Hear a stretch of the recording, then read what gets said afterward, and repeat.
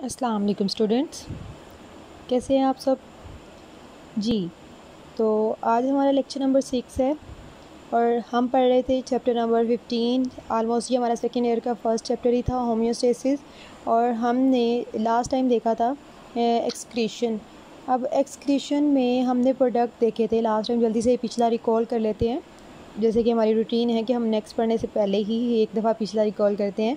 तो last topic में हमने देखा था कि जो एनिमल्स और प्लांट्स हैं वो किस तरह से एक्सक्रीट कर रहे होते हैं अपना वेस्ट मटेरियल, किस फॉर्म में।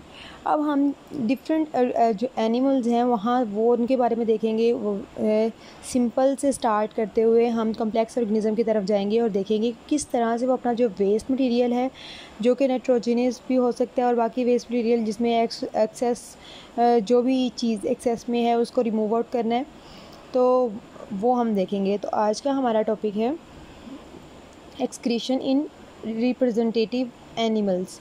तो इसमें सबसे पहले जो सिंपलेस्ट इनवर्टिब्रेट ऑर्गेनिज्म को जब हम देखते हैं तो सिंपलेस्ट ऑर्गेनिज्म जो होते हैं वो है हाइड्रा।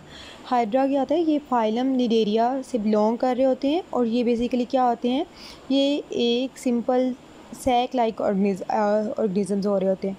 अब इनका क्या होता है कि ये देखिए, ये सिंपल है। अब ये रह कहाँ पे रहे हैं, ये ऑलमोस्ट वाटर में रह रहे होते हैं, ठीक है।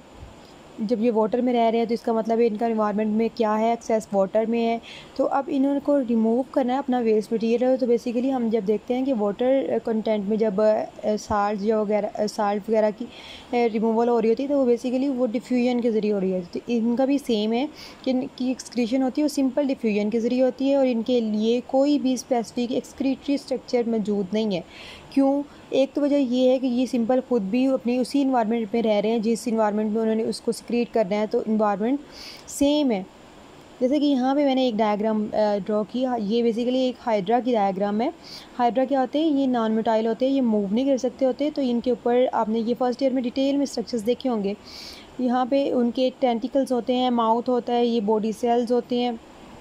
अब ये बॉडी सेल्स क्या होते हैं, ये फूड ले रहे होते हैं इस तरह से, और वो फूड कहाँ कैसे रही होती है, वाटर करंट के ज़रिए से इनकी तक फूड आ रही होती है। अब उस फूड की ये क्या करते हैं, ब्रेक डाउन करते हैं। और ब्रेक डाउन करने के बाद जो वेस्ट मटेरियल है वो इसी वाटर के ज़रिए या फिर अपनी स्किन के ज़रिए, इसी माउथ के ज़रिए वाटर करंट के साथ ही ये एक्सक्रीट आउट कर देते हैं, ये उसका वेस्ट मटेरियल है, ठीक है। तो ये देखिए, ये एक सिंपल है, वाटर आ रहा है, वाटर जा रहा है और उसी के साथ वो एक्सक्रीट करते जा रहे हैं। तो उनको इतना कोई कॉम्प्लेक्स स्ट्रक्चर चाहिए ही नहीं है, तो इस वजह से इनका कोई कॉम्प्लेक्स स्ट्रक्चर नहीं है। तो ये सिंपल डिफ्यूजन के ज़रिए अपना जो वेस्ट मटेरियल है, जो कि सिंपल इतना कॉम्प्लेक्स नहीं होता, उसको रिलीज़ आउट करते हैं, ठीक है।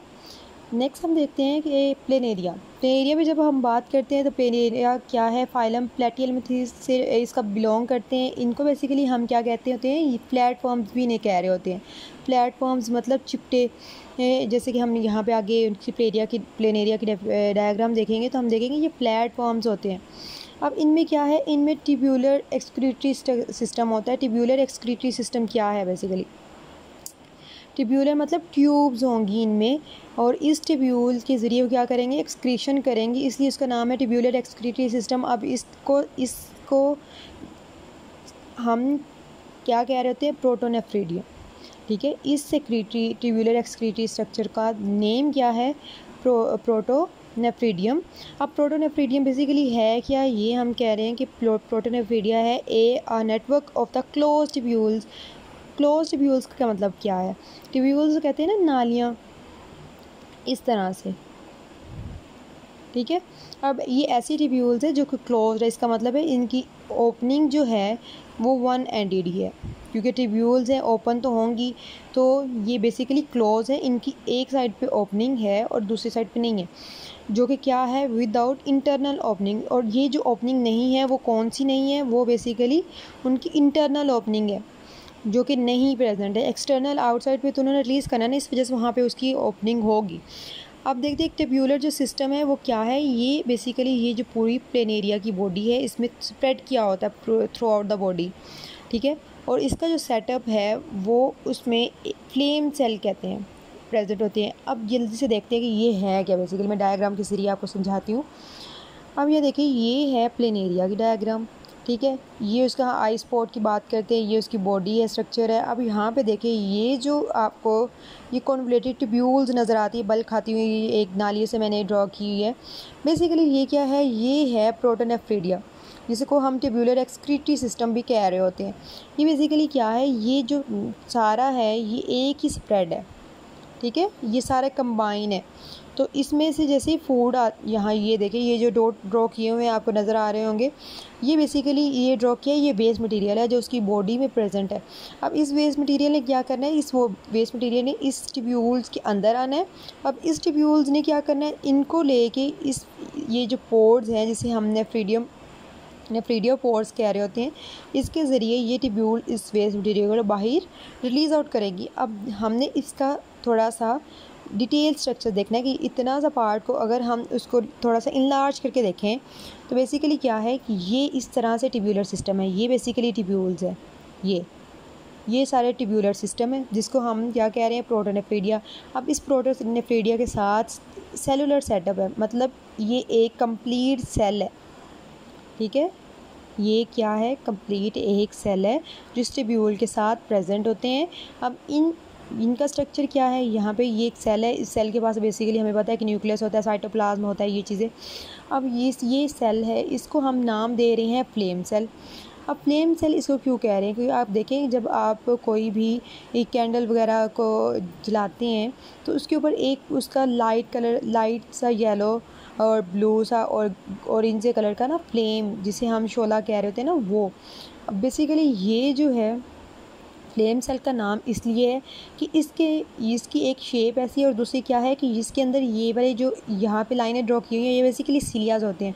सीलियाज का आपने पढ़ा होगा कि ये प्रोपेल करते हैं और जिसकी वजह से ये बीटिंग मूवमेंट कर रहे होते हैं। बीट करना ना मतलब इस तरह से आगे पीछे मूव करना, इससे क्या होता है कि ये जो इधर का कंटेंट है उसको आगे भेजे जा रहे होते हैं।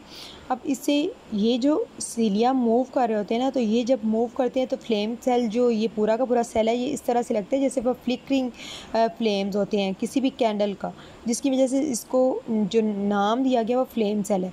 अब इसमें क्या होता है कि ये सपोज करें जैसे कि यहाँ पे ये वेस्ट मटेरियल पड़ा हुआ है, तो यहाँ पे कोई फ्लेम सेल है, तो ये फ्लेम सेल है और ये वो वेस्ट मटेरियल है। अब जैसे ये वेस्ट मटेरियल है, ये फ्लेम सेल क्या होगा, ये वेस्ट मटेरियल इसके अंदर आएगा और ये जो सीलिया है ये उसको प्रोपेल करेंगे कहाँ पे, ट्यूब्यूलर सिस्टम में, जिसको हम एक्सक्रीटरी डक्ट कह रहे होते हैं, एक्सक्रीट करने वाली। ये सारी फ्लेम सेल से वेस्ट मटेरियल कलेक्ट करती है और जैसे ये वेस्ट मटेरियल कलेक्ट होता है तो ये एक स्पेसिफिक पोर्स होते हैं जिनको हम नेफ्रीडियो पोर्स कह रहे होते हैं। नेफ्रीडियो पोर्स वहाँ से वेस्ट मटेरियल जाते हुए बाहर आउटसाइड जो है बॉडी उसको एक्सक्रीट आउट कर देती है। क्लियर हो गया ये चीज़। तो ये सिंपल सा एक ट्यूब्यूलर सिस्टम है जो कि हमने प्लेनेरिया में देखना है, ठीक है। आगे लास्ट है कि ये इस तरह से बेसिकली हम एक्सक्रीशन कर रहे हैं, तो ये यूरिन फॉर्मेशन के तौर, क्योंकि ये देखिए ये जो प्लेनेरिया है आपने ये भी याद रखना है, ये प्लेटफॉर्म्स है और दूसरा क्या है, ये पैरासिटिक होते हैं, डिजीज़ कॉजिंग होते हैं, ये किसी दूसरे ऑर्गेनिज्म की बॉडी में भी जाके रहते हैं और फ्री लिविंग भी होते हैं, मतलब फ्री भी रह सकते हैं और किसी की बॉडी में भी जाके रहते हैं।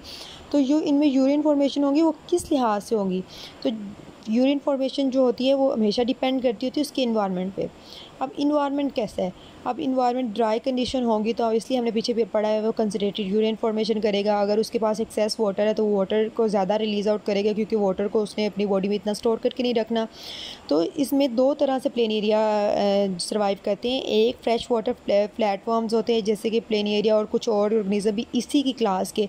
अब बेसिकली अपने ये भी एक चीज़ याद रखनी है कि जब हम किसी एक फाइलम में किसी एक ऑर्गेनिज्म की बात कर रहे होते हैं, जिसका मतलब है उस फाइलम के बाकी जो ऑर्गेनिज्म है उनका कमीवेश मतलब थोड़ा या ज़्यादा चेंज करके ना बाकी सारा सिस्टम इन्हीं की जैसा होगा, ठीक है। तो ये जो फ्लैटवर्म की बात की है वो मोस्टली जो फ्लैटवर्म्स होते हैं जो फ्रेश वाटर में रह गए हैं वो डिल्यूट यूरिन फॉर्मेशन कर रहे थे। डिल्यूट मतलब जिसमें हाई कंसंट्रेशन होती है कहाँ किसकी, वाटर की, ठीक है। अब दूसरे ऐसे प्लेटफॉर्म जो प्लेनेरिया वगैरह होता है जो पैरासिटिक होती है, पैरासिटिक आपको पता होगा किसी और ऑर्गेनिज्म की बॉडी के ऊपर जाके रह रहे होते हैं। इसने क्या करना होता है, जब वो किसी और के ऑर्गेनिज्म की बॉडी रहे तो उस वहीं से उसी की होस्ट की जैसी ही फूड ले रही होती हैं और जैसी फूड ले रहे होते हैं फिर उसका जो एंड प्रोडक्ट आता है वो भी सेम ही होता है।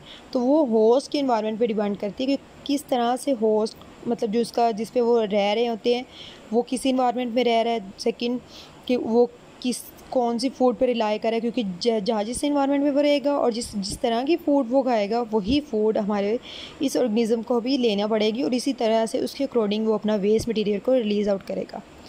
तो होप सो आपको अंडरस्टैंड हो गया होगा, समझ आ गई होगी। तो यहीं तक आज का लेक्चर था। बाकी जो समझ नहीं आएगा तो इसको एक दफ़ा रीड आउट करिएगा, फिर आके अगर कोई इशू हो, कोई प्रॉब्लम हो तो आके मेरे से समझिएगा। थैंक यू क्लास, अल्लाह हाफ़िज़।